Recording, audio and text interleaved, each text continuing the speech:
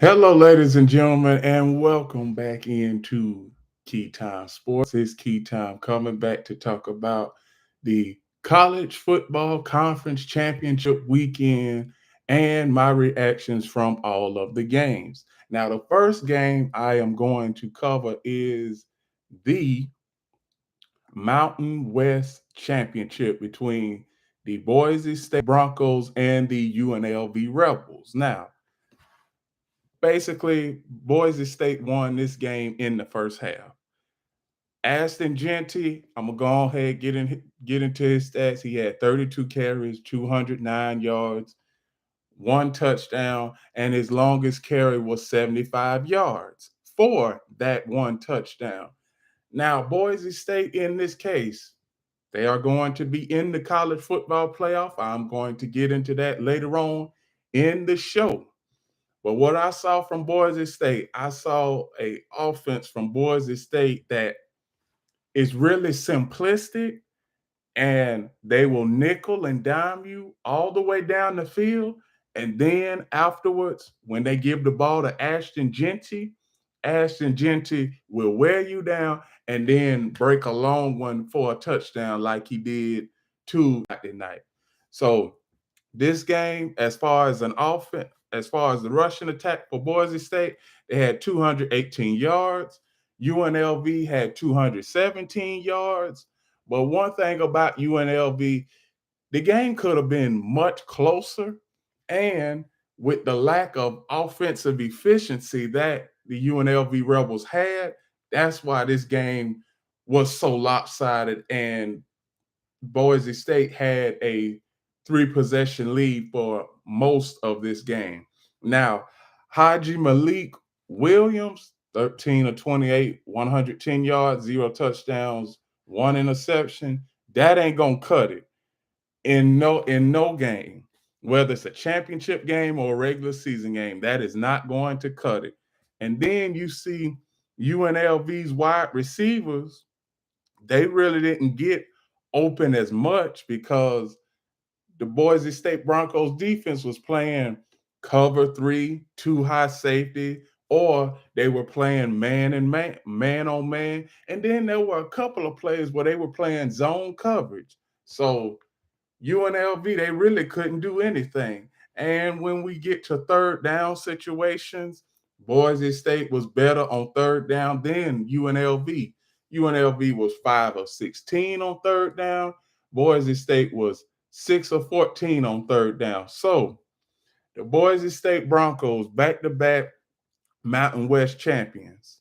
Now, let's see what they can do in the college football playoff. I'm going to tell you, their recipe for success is play good defense, run the ball, and throw passes when you need to throw passes. When you have Ashton Genty at the helm, you are going to be in a whole lot of third down and shorts, possibly third down and two or third down and three. So, in those down and distances on third down, the playbook is open for you all the time. You can throw it or you can run it. So, Boise State, that is the game plan for them. And I can't wait to see Boise State in the college football playoff to show and to showcase their talents on the worldwide stage. College football playoff, you are the only game that they are watching on that particular day. So, Boise State, this is a time for you to put up or shut up. And that's all I have for the Mountain West championship game. Congratulations to the Boise State Broncos on being back to back Mountain West. The next game I want to cover is the Athletic American Athletic Championship. Now, I thought that this game was going to be much closer, but Tulane, they didn't show up at all. They really didn't because, okay, when it comes to Army, does anybody know how many passes that Bryson Daly threw? He only threw two, and that was for 17 yards. Everything else was on the ground. Army had over 300 yards on as far as a rushing attack. They had 338 yards. So when you have that many yards on the ground, the quarterback, he could just be back there getting him a soda and eating him a sandwich because he didn't really have to throw the ball much. I mean, when you look at it, third down situations, Army didn't have that many third down situations. And as far as yards they were gaining, Army gained over 6 yards per play. So basically, you in a bunch of second and shorts or third and shorts. So that is where Tulane got in trouble early. And then at halftime, I was basically looking at this game at halftime saying that where's the competition? Now, Darian Manish, 17 and 25, 209 yards, 2 touchdowns, 1 interception. And the Tulane rushing attack, only 115 yards. But basically, this game was over by halftime. It really was because it was 28-7 at halftime. And then Army put up 2 more touchdowns in the second half. And I basically did an instant reaction to this game late in the third quarter because I knew that Tulane, they had pretty much given up after that. The defense was tired. Offense wasn't able to get on track or get it into gear at all in this game. So congratulations to the Army Black Knights on winning your first ever American Athletic Championship. Tulane, I'm hearing speculations that you might be playing the Florida Gators in your bowl game. So good luck in the bowl game.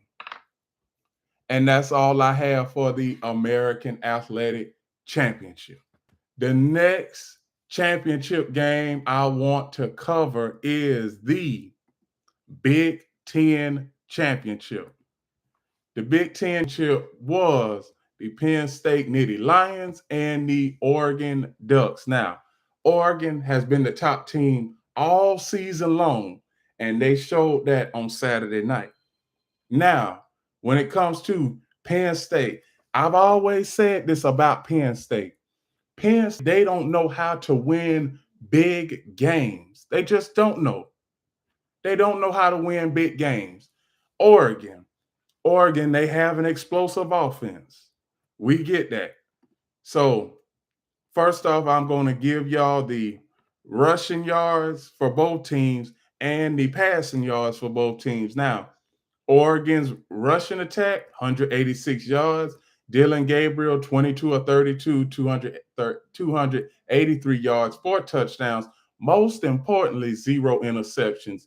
Drew Aller, 20 of 39, 226 yards, 3 touchdowns, 2 interceptions. Those 2 interceptions proved costly because the second interception he threw came late in the ball game. So now, Penn State, led by James Franklin, he is 3-25 against top 10 teams. Well, excuse me, against teams in the top 10 of the top 25. Now, his record against teams in the top 25, he is big games concerned. He is 2-10, and against teams that are top 5 or better, he has a losing record there. He is 2-9 against teams that are top 5 or better. So Oregon, in this case, the sky's the limit. From what I'm hearing, they have the best odds on winning the national championship. And Penn State, good luck in the college football playoff because you can very well easily lose that first game. You very well can. But James Franklin with the Penn State Nittany Lions, it's almost like damned if you do and damned if you don't, because we already know what we are going to see from James Franklin in big games, in big moments. we already know what we are going to see. We are going to see a Penn State Nittany Lions offense crumble under pressure. And it showed Saturday night. Penn State Nittany Lions defense had a tough time stopping Oregon. They really did. So congratulations to Oregon. Best season in school history, first undefeated season in school history for the Oregon Ducks. Now that's all I have for the Big Ten championship. The championship game I want to cover is the SEC championship between the Georgia Bulls and the Texas Longhorns. Now, this is a rematch from the Week 8 game versus Georgia and Texas. I said before the season started that this would be a championship preview, and it was. But one thing I can say that really hurt Texas was the penalties, missed tackles, and turnovers. Quinn Ewers, 27 of 46, 358 yards, one touchdown, two interceptions.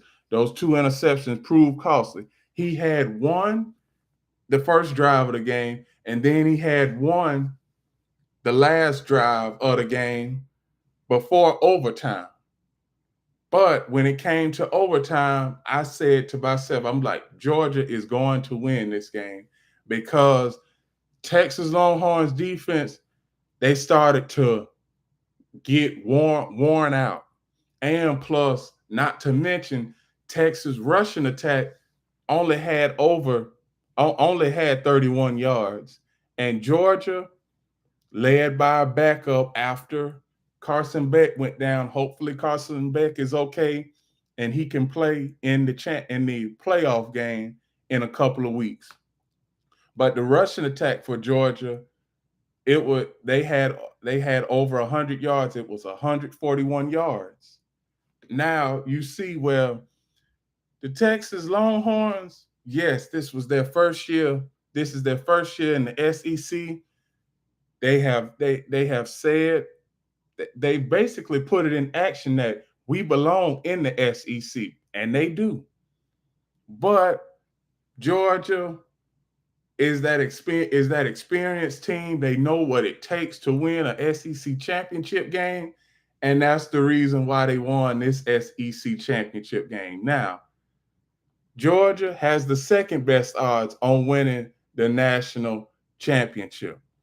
Quinn Ewers, Arch Manning, and the Texas Longhorns team, they are going to be around for years and years to come. Georgia, Georgia won this game based off of experience. That's all. They won it based off of experience. So that's all I have for the SEC championship game. The next championship game I want to talk about is the ACC championship game between the Clemson Tigers and the SMU Mustangs. Now, I picked SMU to win this game, but what I didn't expect is for the Clemson Tigers to have a dynamic offense in this game. Now, the first quarter, they scored 21 points, 3 touchdowns, and I wasn't really used to seeing that because over the season, throughout the season, Clemson has been one of those average offenses. But I got to give credit where credit is earned. Cade Klubnik, 24 of 41, 262 yards, 4 touchdowns, 0 interceptions. Kevin Jennings, 31 of 50, 304 yards, 3 touchdowns, 1 interception. And that interception proved costly because it came late in the late stages of the ACC championship game. Clemson's rushing attack was non-existent, 64 yards. SMU's rushing attack was 154 yards. This game was basically the tale of two halves because Clemson was dominant in the first half. Clemson wasn't as dominant in the second half, but they still ended up winning the game. and Clemson. They made Saturday night ninth ACC championship win in their school history. So now, when it comes to the Clemson Tigers played the Texas Longhorns in the college football playoff. Now, that is going to be an interesting game. SMU also got in the college football playoff too. I'm going to get to that later on in the show. But from what I saw in the ACC championship game, I saw two offenses that play the same, and I saw two defenses that can really get after the quarterback. And at the end, the game was tied. SMU tied the game with under 30 seconds left. Now, where I have trepidation with SMU is when it comes to late game situations. This game was headed into overtime, but Clemson had one big play of 37 yards, and they were in field goal range. So SMU's defense isn't all that what it appears to be. SMU, they have a tough time with their first round matchup in the college football playoff. But all in all, ACC championship game was fantastic, very entertaining. Clemson is an experienced bunch at this game. They've been in this game 10 of the last 12 years, winning nine ACC championships. SMU, they are the newest team on the block in the ACC, so they are still getting their feet wet in the ACC. All in all, this was a good game. The next I want to cover is the Arizona State and Iowa State Dr. Pepper Big 12 championship game. Now, this basically was a massacre. It was because Arizona State was up 45-10 before the fourth quarter even started. The running back for the Arizona State Sun Devils, Cam Scatterbo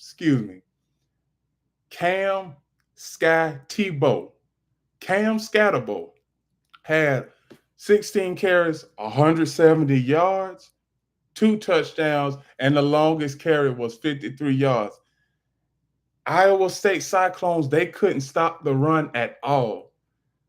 In total, Arizona State had 248 yards rushing. Iowa State Cyclones had 127 yards rushing. Rico Betch had 21 of 35, 214 yards, 2 touchdowns, 1 interception. Sam Levitt, 12 of 17, 219 yards, 3 touchdowns, 0 interceptions. This game, like I said earlier, a massacre. This was a runaway train, whatever you want to call it. Arizona, nobody could stop their offense. The Iowa State Cyclones defense has not been a good defense all season, and it showed in the Big 12 championship game. Every play Arizona had, they gained at least 7 yards per play. And when you have a team that is gaining 7 yards per play, they have a lot of second and shorts and third and shorts. So Iowa State, you are not in the college football playoff, but you have a bowl game. So good luck in the bowl game. And Iowa State Cyclones, good luck in the bowl game. And Arizona State, good luck in the college football playoff. Now, I am going to shift over to the college football playoff rankings. And I see everybody is asking, did the college football playoff committee get this right? Yes, they did, because everybody that is in the top 4, Oregon, Georgia, Boise State, and Arizona State, they all have quality wins. Now, when you get when you get to teams like Texas, Tennessee, Ohio State, Penn State, and Notre Dame, they had okay wins, but they didn't have the quality wins up to the first four teams that I told you about. So the first round matchups are Clemson versus Texas, Tennessee versus Ohio State, SMU versus Penn State, Indiana versus Notre Dame. All of those games are going to be very, very close. One thing I like about what the College Football Playoff Committee did was they didn't schedule a good team versus a bad team. Now we know for the last 2 years we've had Georgia and TCU. That didn't turn out well. It was 65-7 in that championship game. Last year in the bowl game, in the Orange Bowl, Florida State and Georgia, it was 63-3. Another blowout. This playoff cycle in college football, there will be no blowouts in the college football playoff this year. That is one reason why I am so excited about the teams that are in the college football playoff bracket. We know what Clemson is about. We know what Tennessee is about. Ohio State, they've had a few hiccups here and there. SMU, we know what they are about. Penn State, they have had quite a few hiccups over the years here and there. Indiana, they are a new team on the block. Indiana, best team, the best season in school history they have had. So let me know what you all think when it comes to this college football playoff bracket. And one thing I can say is that I feel great about this bracket. And with that, those are my reactions to conference championship weekend in college football, plus the college football playoff selection committee, college football playoff 12-team bracket. I love it. And one thing, please like, comment, share, subscribe, click the notification bell to get notified reaction videos, shows, and other content. And remember, one last thing, the key is always on time. And also follow Key City Sports on TikTok. And remember, one last thing, the key is always on time.